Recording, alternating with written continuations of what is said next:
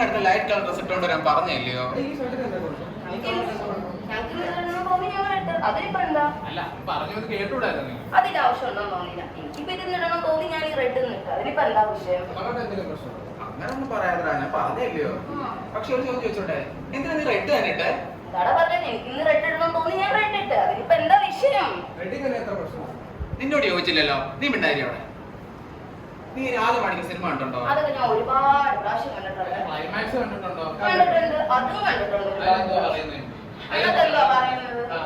എന്നോട് ക്ലൈമാക്സ് നിങ്ങളല്ലേ പറ, നിങ്ങളല്ലേ ചോദിച്ചത്? ആ വില്ലനെ കൊല്ലുന്ന എങ്ങനാ? ഒരു ചുമന്ന മുണ്ടെടുത്ത് ഒളിപ്പിച്ചിട്ട് കാളെ വിട്ട് ഓടിച്ച് കുത്തിച്ചില്ലേ കൊല്ലുന്നേ? ചുമന്ന മുണ്ടെടുത്ത് ഒളിപ്പിച്ചിട്ട് കാളെ കുത്തിച്ചാണ് കൊല്ലുന്നത്. ചുമന്നത് ഇട്ടത് കൊണ്ടാണ് കാളെ കുത്തുന്നത്. ആരാ നിങ്ങളുടെ അങ്ങനെ പറഞ്ഞത്? ആണോ? ചുമന്നത് ഇട്ടത് കൊണ്ടാണോ കാളെ കുത്താൻ വരുന്നത്? അല്ല, ആക്ച്വലി കാള എന്ന് പറയുന്നത് കളർ ബ്ലൈൻഡ് ആണ്. അതിന് റെഗുലേറ്റഡ് റിസപ്റ്റേഴ്സ് ഇല്ല. പിന്നെ എങ്ങനെയാണ് അത് ആ ചുമപ്പ് കളർ കാണുമ്പോൾ ഉടനെ വന്ന് കുത്തുന്നത്? ബുൾ ഫൈറ്റ്സിൽ നമ്മൾ കൂടുതലും എടുക്കുന്നത് ഏത് കളറാണ്? ചുമപ്പാണ്. ഈ ബുള്ളിന് നമ്മൾ ആ ചുമപ്പ് കാണിക്കുമ്പോൾ അത് വലുതായിട്ട് എന്ത് ചെയ്യില്ല, ചാർജ് ആവുന്നില്ല. ആ കേപ്പിന്റെ മൂവ്മെന്റ് ഉണ്ടല്ലോ, ആ കേപ്പിന്റെ മൂവ്മെന്റ് കാണുമ്പോഴാണ് ആ ബുള്ള് വന്ന് എന്ത് ചെയ്യുന്നത്, ചാർജ് ചെയ്ത് അറ്റാക്ക് ആവുന്നത്. അപ്പൊ നിങ്ങൾ ചോദിക്കും, എന്തുകൊണ്ടാണ് ഇവിടെ റെഡ് കളർ യൂസ് ചെയ്യുന്നത്? അത് ആ ഫൈറ്റ് നടക്കുമ്പോഴത്തേക്ക് ബ്ലഡ് സ്റ്റെയിൻസ് കാണുമ്പോഴത്തേക്ക് ആ ബ്ലഡ് സ്റ്റേറ്റ് ഒന്ന് ഹൈഡ് ചെയ്യാൻ വേണ്ടിയിട്ട് മാത്രമാണ് അവിടെ റെഡ് കളർ യൂസ് ചെയ്യുന്നത്. അല്ലാതെ റെഡ് കളർ കണ്ടുകൊണ്ടല്ല ഈ ബുള്ള് കുത്താൻ വേണ്ടിയിട്ട്.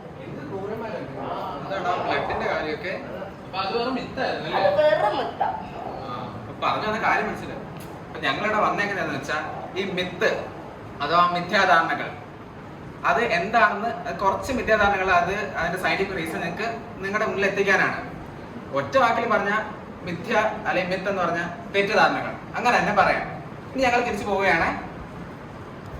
എടാ ഇവനെ നോക്കിയടാ, അവന്റെ താടി ഒന്ന് നോക്കി. അതൊന്നും വേണ്ട. പക്ഷെ അവന് നല്ല കട്ടിയുണ്ട് കേട്ടോ. ഞാനിങ്ങനെ എപ്പോഴും ഷേവ് ചെയ്താ എനിക്ക് ഇത്ര കട്ടിയിൽ താടി വെച്ച് തരുമോ? അങ്ങനല്ലേ? അങ്ങനാടാ. ഇതിനുള്ള മെയിൻ കാരണം എന്ന് പറയുന്നത് ജെനറ്റിക്സും നിങ്ങളുടെ മെയിൽ ഹോർമോണായ ടെസ്റ്റോസ്റ്റിറോൺ ആണ്. അതാണ് നമുക്ക് ഈ ഫേഷ്യൽ ഹെയർ ഒക്കെ ഗ്രോ ചെയ്യാൻ സഹായിക്കുന്നത്. അതുപോലെ തന്നെ നമ്മളിപ്പോ ഷേവ് ചെയ്യുമ്പോഴത്തേക്കും അവിടുത്തെ ഹെയർ എന്താവും, കട്ടാവും. ഹെയർ കട്ടാവുമ്പോൾ അവിടെ ഒരു ഹെയർ ഇൻടാക്ട് ആയിട്ട് നിൽക്കും. അത് വളർന്നു വരുമ്പോഴാണ് നമുക്ക് കുറച്ചുകൂടെ എന്തായിട്ട് തോന്നുന്നത്, തിക്കറായിട്ട് തോന്നുന്നത്. അല്ലാതെ ഈ ഷേവിങ്ങും ഫേഷ്യൽ ഹെയറിന്റെ ഗ്രോത്തും തമ്മിൽ ഒരു ബന്ധവും ഇല്ല. കുറച്ചു കാലം മുന്നേ പറഞ്ഞിട്ടായിരുന്നു എത്ര പൈസ ഞാൻ ഷേവ് ചെയ്ത് എന്താടാ കൊള്ളാവോ? ഞാൻ ഇന്നലെ അങ്ങോട്ട് വാങ്ങിച്ചതേ ഉള്ളൂ. ഞാൻ വാങ്ങിച്ചതാ, കുറച്ച് കാശ് എണ്ണി കൊടുത്ത് വാങ്ങിച്ചതാ. പിന്നെ അല്ലാതെ ഡയമണ്ട് ആണ്. പിന്നെ നിങ്ങൾക്ക് എങ്ങനെ മനസ്സിലാവും ഡയമണ്ടിന്റെ പ്രത്യേകത എന്താ? ആണോ? ഹാർഡസ്റ്റ് സബ്സ്റ്റൻസ് ആണോ ഡയമണ്ട് എന്ന് പറയുന്നത്? വേറെ വല്ല ഉത്തരം ഉണ്ടോ നിങ്ങൾക്ക്? നിങ്ങൾ പറ. ആണോ? ആണോ? അവിടെ ഉത്തരം അറിയാൻ തോന്നാണോ? അല്ല. ഓക്കെ, ഡയമണ്ട് അല്ല എന്തെന്ന് പറയുന്നത്, ഹാർഡസ്റ്റ് സബ്സ്റ്റൻസ് എന്ന് പറയുന്നത്. നിങ്ങൾ കാർബൺ അലോട്ടോപ്പുകളെ പറ്റി കേട്ടിട്ടുണ്ടോ? ഏതൊക്കെയാന്ന് പറഞ്ഞേ? ഓക്കെ, ഡയമണ്ട് ഉണ്ട്. അതിൽ ഗ്രാഫൈറ്റിന്റെ സിംഗിൾ ലെയറിന് നമ്മൾ പറയുന്ന പേരാണ് ഗ്രഫീൻ എന്ന് പറയുന്നത്. ഈ ഗ്രഫീൻ ആണ് ഹാർഡസ്റ്റ് സബ്സ്റ്റൻസ് എന്ന് പറയുന്നത്. അറിയാവോ? കേട്ടിട്ടുണ്ടോ നിങ്ങള്? ഹാർഡസ്റ്റ് ആണ്, തിന്നർ ആണ്. പക്ഷെ ഏറ്റവും ഹാർഡസ്റ്റ് പറയുന്നത് ഗ്രഫീൻ തന്നെയാണ്. ഗ്രഫീൻ മാത്രമല്ല, ഡയമണ്ടിനേക്കാളും ഹാർഡ്നെസ് കൂടിയ 6 മെറ്റീരിയൽസ് ആണുള്ളത്. ഒന്ന് ഗ്രഫീൻ, വുഡ്സൈഡ്, ബോറോൺ, അങ്ങനെയുള്ള ലാൻസലൈറ്റ്, അങ്ങനെ കുറച്ച് ഇതെല്ലാം എന്താണ് ഡയമണ്ടിനേക്കാളും ഹാർഡർ ആണ്.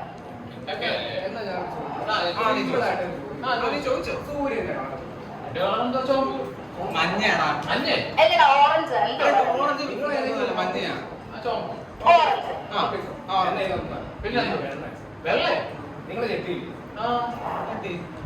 അപ്പൊ എന്താ ഞാൻ റീസൺ ഈ പാർട്ടിക്കിൾസിൽ ഈ റേഡിയേഷൻ തട്ടുമ്പോൾ റിഫ്ലക്ട് ആയി പോകുന്ന അതില് സ്കാറ്ററിംഗ് ഉദ്ദേശിക്കുന്നത് ഇത് തന്നെയാണോ ഇതിന്റെ റീസൺ? അതായത് എന്താണ്, സണ്ണിൽ നിന്ന് ലൈറ്റ് വരുന്ന റേഡിയേഷൻ അറ്റ്മോസ്ഫിയറിന്റെ പാർട്ടിക്കിൾസ് തട്ടി സ്കാറ്റർ ചെയ്യും. ആ ഒരു കാരണം കൊണ്ട് തന്നെ നമുക്ക് സൺ എന്തുമായിട്ട് നമുക്ക് അപ്പിയർ ചെയ്യുന്നത് അപ്പിയർ ചെയ്യുന്നത്. പക്ഷെ അതിന് ഫോട്ടോ അല്ലോ അതിന്റെ തെളിവുണ്ടല്ലോ, അങ്ങോട്ട് നോക്കി. സ്പേസ് സ്റ്റേഷനിൽ നിന്ന് എടുത്തൊരു ഫോട്ടോയാണ്. അപ്പൊ ഇവിടെ ആ സണ്ണിന്റെ കളർ എന്താണ്? ഇതില് വൈകിട്ടായിട്ട് കാണും. വൈറ്റായിട്ടാണ്. എന്തുകൊണ്ടാണ് വൈറ്റായിട്ട് കാണുന്നത്? അവിടെ പോസ്റ്റ് ചെയ്യാറ്. നമ്മൾ ഒരുപാട് അറിയാനിരിക്കുന്നു. ഒരുപാട് അറിയാനുണ്ട്. ഒരുപാട്. അവിടെ ആരാണ് തുമ്മിയെ? അവിടെ ആരോ ഒന്ന് തുമ്മിയല്ല. ആരവിടെ തുമ്മി? ഏതോ ഒരു അല്ല, എന്തോ പറഞ്ഞു? അല്ല അവിടെ ആരാ ആരോ തുമ്മി? ഒന്ന് തുമ്മിയല്ലേ? ഈ പെൺപിള്ളേരെ തുമ്മുന്ന മാത്രം set അത് ചെയ്യാം. മാത്രമേ ഏറ്റവും കാണുള്ളൂ. അങ്ങനൊന്നുമില്ല. ഞാൻ നിങ്ങൾ എല്ലാവരും തുമ്പ പറയത്തില്ലയോ? ഞാൻ കുറെ തുമ്മിയിട്ടുണ്ട്, നീ ഒന്നും ഇതുവരെ പറഞ്ഞിട്ടില്ല. പക്ഷെ എന്തായിരിക്കും തുമ്മിയത്?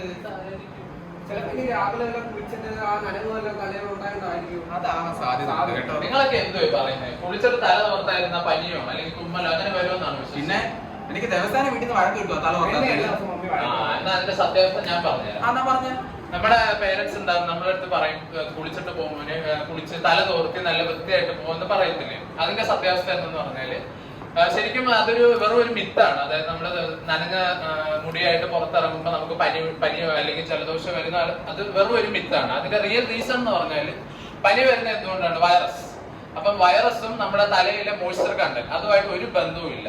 അതുപോലെ തന്നെ നമ്മൾ തല നനഞ്ഞ് പുറത്തോട്ട് ഇറങ്ങുമ്പോഴത്തേക്കും നമ്മുടെ ബോഡിയിലെ ഹീറ്റ് അത് പെട്ടെന്ന് പുറത്തേക്ക് പോകും. അപ്പൊ നമുക്കൊരു കോൾനെസ് ഫീൽ ചെയ്യും. അതാണ് ഒരു റീസൺ. അതേപോലെ പിന്നെന്ന് പറഞ്ഞാൽ കോൾഡർ ക്ലൈമറ്റിൽ നമ്മൾ ഇറങ്ങുവാണെങ്കിൽ നമ്മുടെ ബോഡിയിലെ മ്യൂക്കസ് പ്രൊഡക്ഷൻ കുറച്ചുകൂടെ കൂടാനുള്ള ചാൻസ് ഉണ്ട്. അപ്പോഴത്തേക്ക് നമ്മുടെ പനിയുടെ ആരംഭം എന്ന് പറയുന്നത് എന്താണ്? തൊണ്ടയിലെ ഒരു അസ്വസ്ഥത അങ്ങനെയൊക്കെയല്ലേ പനിയുടെ ആരംഭം എന്ന് പറയുന്നത്. പക്ഷെ അത് വെറും ഒരു ഫീലിംഗ് മാത്രമാണ്. അത് പനിയായിട്ട് ഒരു ബന്ധമില്ല. ഇതാണ് അതിന്റെ സത്യാവസ്ഥ. ഇല്ലെങ്കിൽ നമ്മൾ അതിനെ പഠിക്കുന്നത്. എന്തോ ഒരു അടിയെ വാങ്ങിച്ചു കൂട്ടിയേക്കുന്നത് എന്നാ പറയണേ. ആ വേറെ കാര്യം ചോദിക്കട്ടെ. ഇന്നലെ ഞങ്ങൾ ഒരു പെറ്റ് ഷോയ്ക്ക് പോയി. നീ എവിടെ പോയിരുന്നേ? എവിടെ പോയി? കുറച്ച് പരിപാടി എന്താ പരിപാടി? എങ്ങനെ ഉണ്ടായിരുന്നു പരിപാടി? വന്നോടായിരുന്നു. അടിപൊളിയായിരുന്നടാ. പാമ്പൊക്കെ ഉണ്ടായിരുന്നു. നാളുണ്ടാ? അതെ അതുള്ളപ്പോ വരണം. പിന്നെ അതിന്റെ കാര്യമില്ല. ഇനിയിപ്പോ എന്ത് ചെയ്യും? ഇനിയിപ്പോ ഇനി അങ്ങോട്ട് വേറെ എവിടെ നോക്കിക്കൊണ്ടിരുന്നോ? ഇനി ഇല്ല അത്. പക്ഷെ അടിപൊളിയായിരുന്നു കേട്ടോ. പാമ്പൊക്കെ ഉണ്ടായിരുന്നു. ഞങ്ങൾ പാമ്പിനടുത്ത് കൈ വെച്ച് കഴുത്തലിട്ട് എന്നെ ഓമനത്തുള്ള പാമ്പായിരുന്നു അറിയാതെ.